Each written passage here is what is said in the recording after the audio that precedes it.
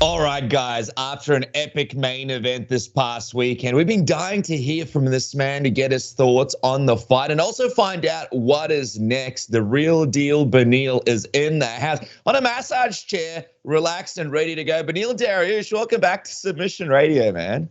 What's up, boys? Thanks for having me. It is always our pleasure. Thanks so much for jumping on. All right, we'll talk about you and your fight in a second, but let's just kick it off with essentially the talk of the town, man. We chewed your ear about this last time. What did you think of the fight between Islam Makhachev and Alex Volkanovski this past weekend? It went pretty much how I thought it was going to go, right? So I called it for a decision for Makhachev. I thought he was going to be able to get some of the takedowns, hold him down a bit, but then I expected Volkanovski to get up to, I don't know, I think it was, the interview was with you guys too, I think. I don't remember on the prediction. And, but yeah, it went the way I thought. I mean, it really just confirmed what I already believed about Makhachev and his style and how you should approach it. And I think overall, Volk did a really good job.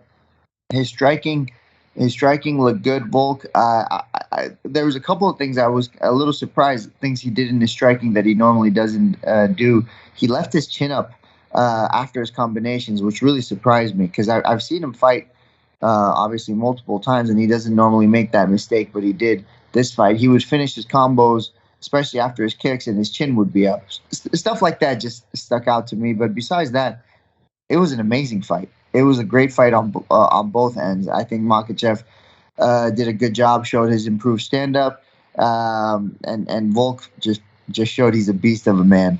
What about the grappling as well? I think that's what a lot of people were surprised about, like the way Volkanovski was able to stuff the takedowns and even offensively wrestle with Makhachev. You know, respect to Craig Jones. Respect to Craig Jones, Yes. and also. Yeah, whoever else is coaching Volk. Hickman brothers. Yeah, they did a good job, man. His takedown defense was good. His ability to get up was even better. His ability to get up was really good. And I've trained with Craig before, and he's scary good. So I get it. Having that guy in your corner for, I don't know for how long, but for however amount of time you had him, what a blessing that is. So respect to Craig Jones on what he did with that. Respect to his wrestling coaches. I don't know their names, so but good. They did a good job. And Frank Hickman, man, George Hickman out of Bang Tao. Yeah, the Hickman brothers. Then they did a great job too. So respect to all of them. And now, Beneil, I know you kind of predicted this, but I know you also had some reservations about Alex's size for the division. I gotta find out from you, man. What do you think after seeing that?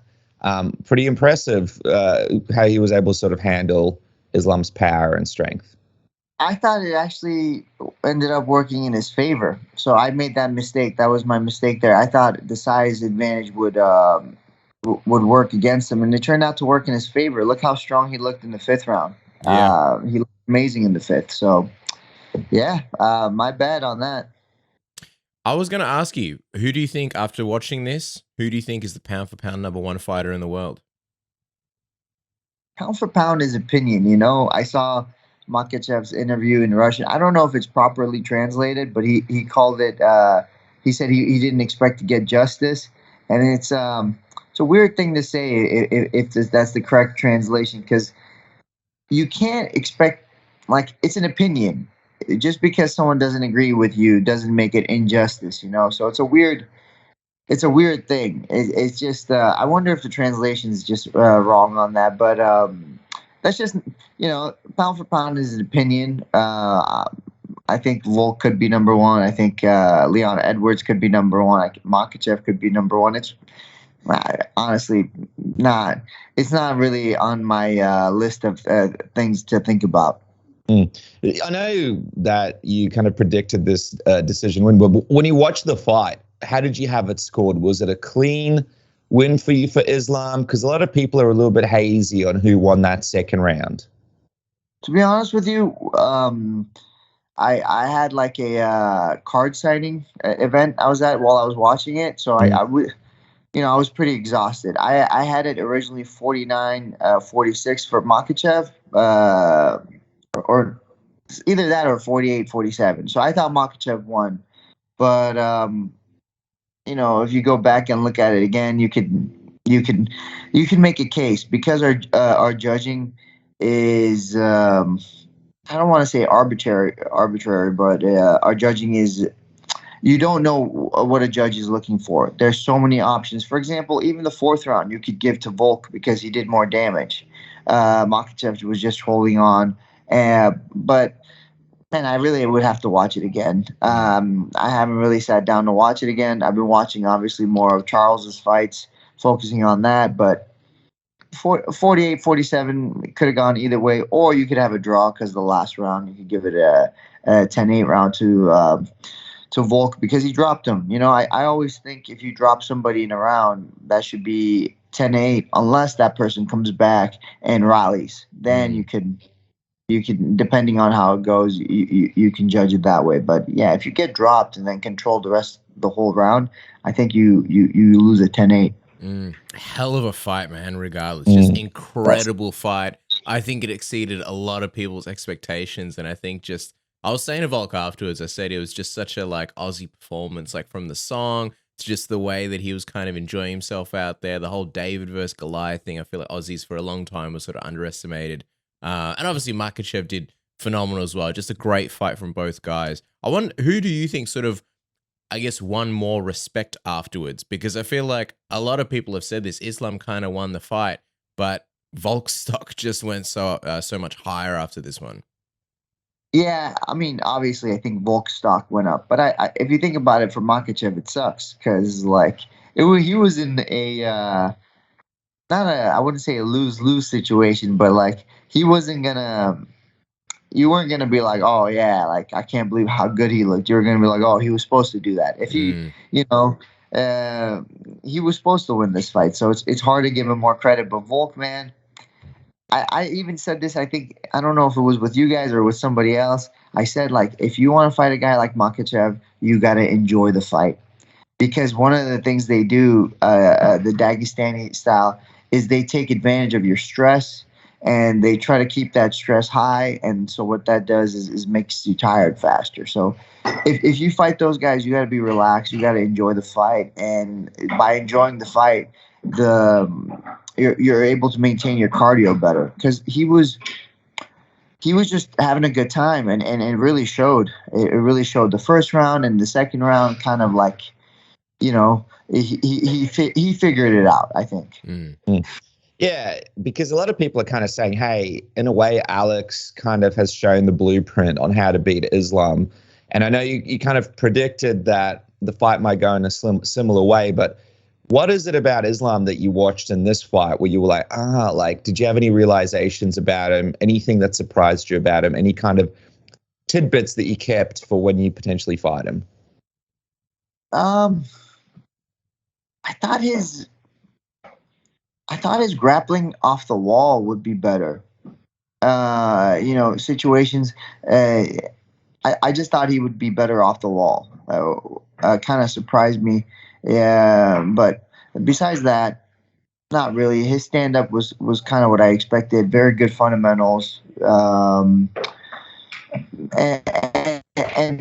not a whole lot of ground and pound. He just didn't do a lot of ground and pound. So I wouldn't say too many things surprised me. I would say the only thing that really surprised me was Volk's ability to get up. So, like I said before, all respect to Craig Jones and his wrestling coaches. They must have worked really hard on that, the Hickman brothers. Yeah, shout out to those boys.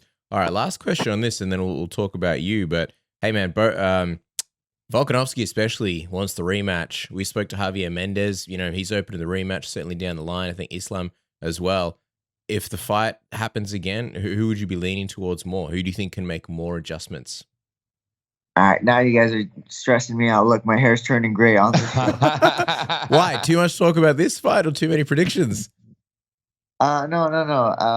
I think if the fight happens again, shoot, I would need some time to think about it, because with the way it went,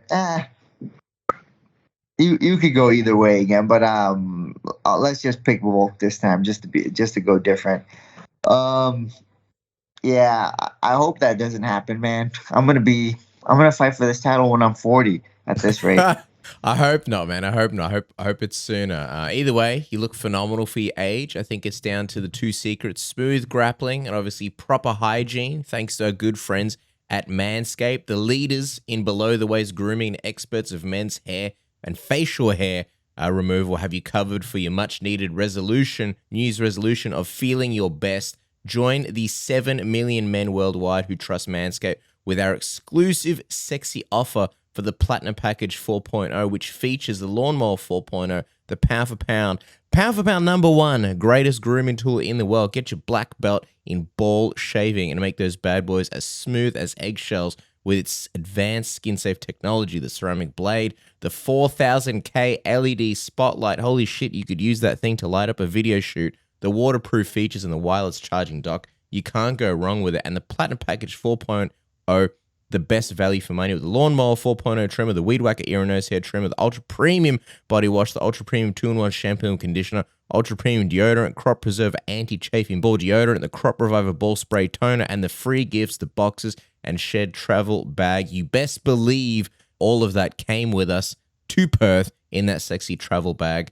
And right now, it's in our bathrooms, it's sitting in my shower, and it is used on the daily. Isn't that right, Dennis? That's right, man. Forget cameras and the equipment. That's the number one thing that we took with us to Perth. Manscaped, looking after the boys and making it possible for us to do that coverage. And you guys can get some Manscaped in your life right now. If you use the code word submission, you guys get 20% off and you get free shipping and you get to support the show. So make sure to jump on Manscaped right now and change your life thanks to Manscaped. Yeah, man. Also, I can tell you now, when we were in Perth, we were connected to so many dodgy Wi-Fi, so many dodgy internets, half of them shit, some of them okay. But the main thing is we had NordVPN on our side protecting us from all the trackers. Dude, if I'm logging into like the hotel Wi-Fi or the UFC Wi-Fi, I don't want anybody seeing what kind of websites I'm going on. I don't want them tracking my information, my name or anything. I don't want some airport Wi-Fi, somebody steals my credit card details, my name or anything like that. You don't want that either. NordVPN protects you from the trackers. Even your internet service provider cannot see what websites you go on with a VPN like NordVPN. And best of all, dude, we're in Perth. We're watching stuff in the UK on BT Sport, even though normally you can't watch it because of geolocation and blocking and all that kind of stuff. With one touch of a button, you can make your computer think you're in any country. And, dude, their mobile phone apps for Android or iPhone are just absolutely insane. The best apps in the world. And then when you're streaming stuff, I know some VPNs you get that annoying buffering and this and that. There's no buffering. There's no speed throttling. You get that crisp, smooth video just like you're using your own internet. The best in the world. Again, pound for pound #1. Isn't that right, Dennis? That's right, man. And we're celebrating Nord's birthday. I mean, happy birthday, Nord. You guys have been legends, saving us all of our data, making sure that we're locked in with our privacy. And you guys can capitalize on the Nord birthday deal by going to nordvpn.com/submission right now. Get this exclusive deal where you guys could save some serious cash and get a bonus gift right now. And you, by the way, you can try it risk-free with a Nord 30-day money-back guarantee, one of the best apps in the game and in the business. Try Nord today, and happy birthday to Nord. You guys are absolute legends. But Beneil, let's figure out what's going on with you, man, because we saw the rumors of you versus Charles at UFC 288. By the way, Charles Oliveira was in Perth, and we had this whole blueprint. Let's get Beneil down to Perth. Let's take him to the beach. We'll get a lot of selfies. All the chicks will be like, hey, there's Beneil Dariush with Submission Radio. But a whole plan in place, and you basically let us down. But anyway, let's move past that. Yeah. My wife's over there cleaning up, and she's looking at me like you're going to kill me. She's giving you the You didn't know anything about the plan. But we had it all It was set in our stone. plan. Don't worry. Blame us. Yeah. He said, my wife is too nice. I love her so much.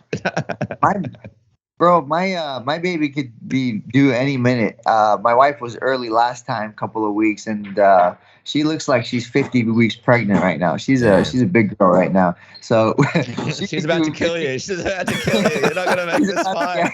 She just gave me a dirtier look right now after I said that. So I don't think flying out when we're like 35 weeks pregnant is a good idea, but yeah, so that's kind of why I didn't go out. Was one because the baby's due, and then just two, bro, like they already set me up with Charles. You know, they're talking about contracts. We're just trying to work out the contract right now, and then go forward from there. So most likely UFC 288, you and Charles is going to happen. Yep. And that's going to be May 6th. Whereabouts would that be? That fight? We don't know yet. They haven't told us anything about the location yet. Okay. How are you feeling about it in general, man? Like, Charles is a guy that you were talking about. We were all talking about it last time, and it almost, I think, seemed unlikely, but it was like kind of a top one. How do you feel about this fight coming together?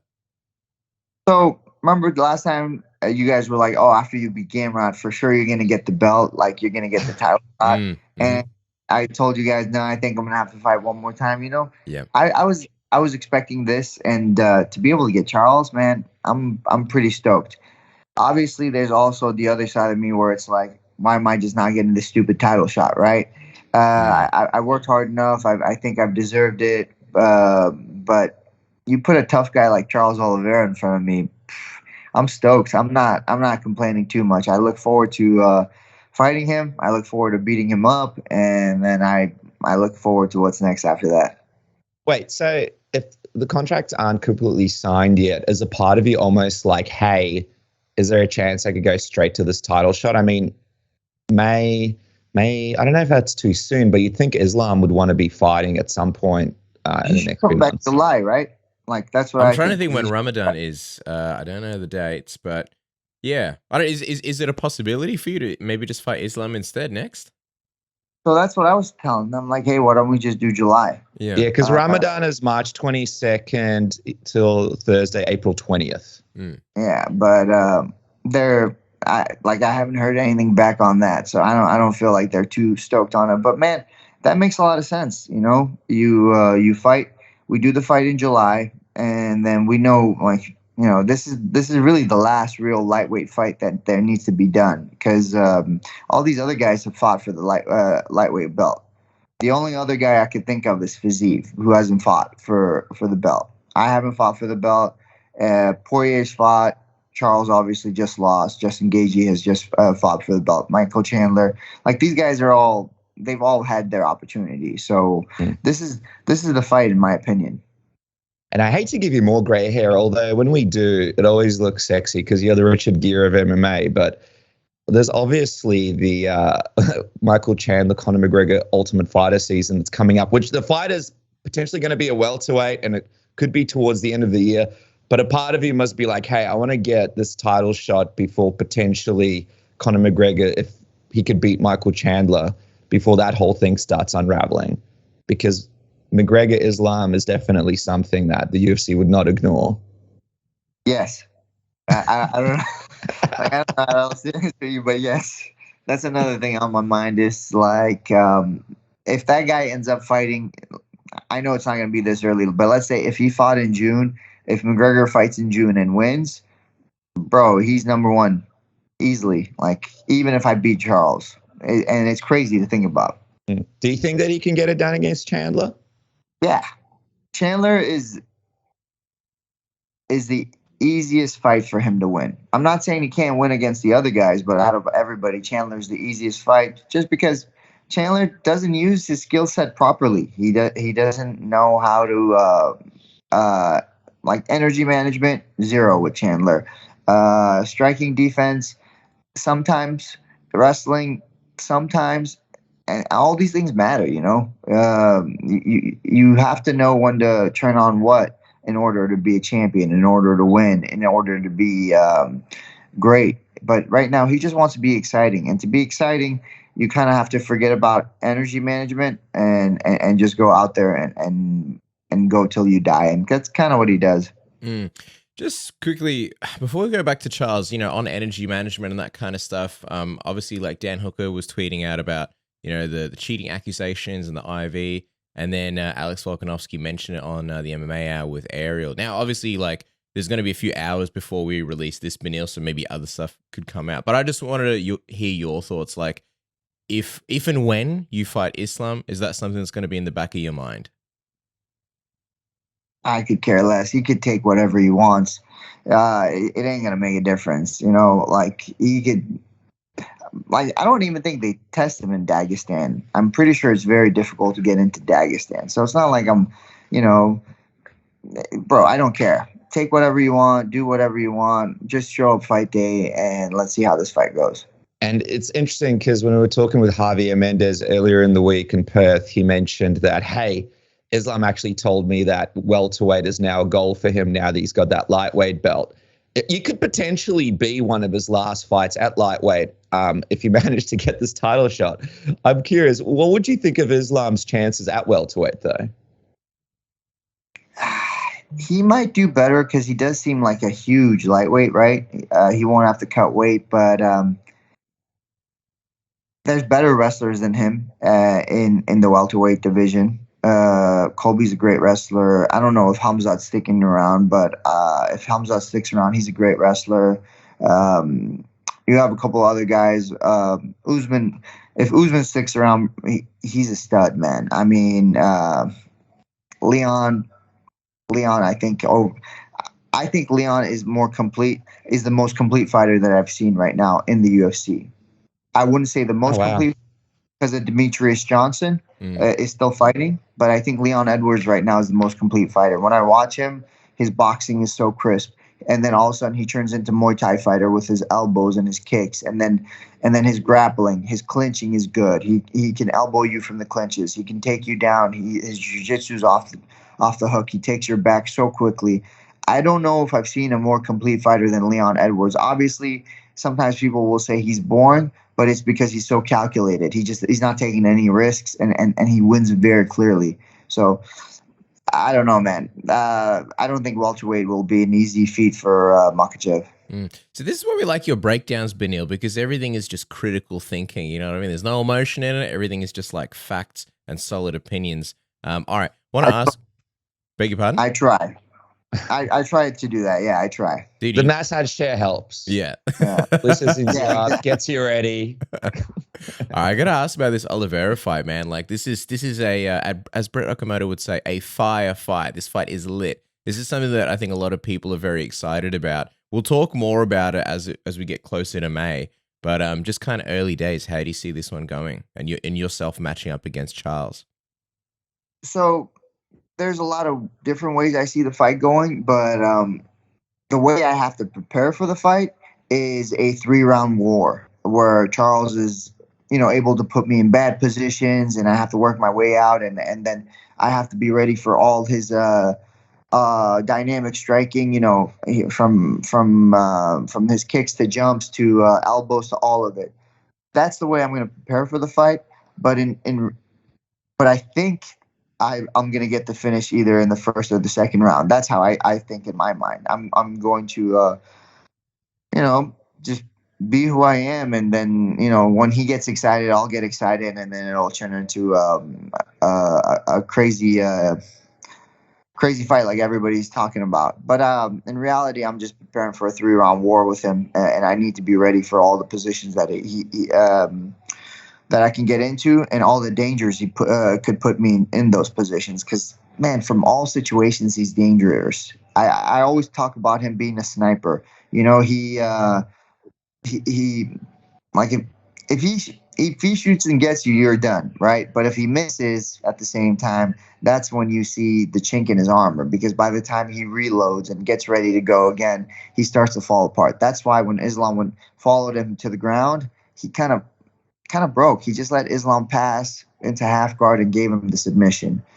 I think that's where Charles's weakness is in that reloading period. Well, we can't wait to watch this fight, and we'll get you on a little bit closer to it to really get into it and break it down. But congratulations on getting the opponent you were hoping for, man. We're so happy for you guys. UFC 288 is on May 6th. That's 7th here in Australia, New Zealand.